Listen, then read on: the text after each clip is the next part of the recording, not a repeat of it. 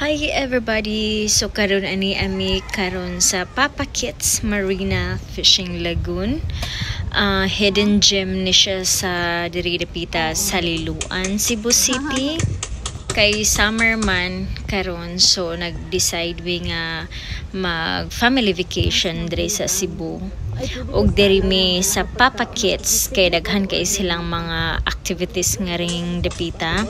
Na sila mga horseback riding, zipline, skybike, wall climbing, hanging bridge if stress ka. So naasad sila stress wall. Mga anak hilig kay fishing, so ang amo ang gipili una gayud nga activity nga gi nahimo is fishing. Kay ganahan man ni siya mag fishing. So nice kayo ang place kay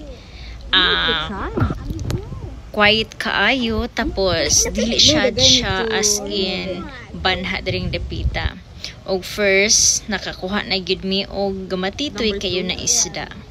So lipay sad kay ko kay first time pud ni nako nga mag fishing kuno. So diri dapita is maka-relax ka, tapos naasa sila restaurant kung gutomon ka. Kini among pagkaanhi nga ri dili kay siya as in init, kay medyo cloudy ba. So dili kayo as in init kaayo, bisan summer ba diri sa Philippines. Tapos nakakuha na po ng akong anak og lain nga isda.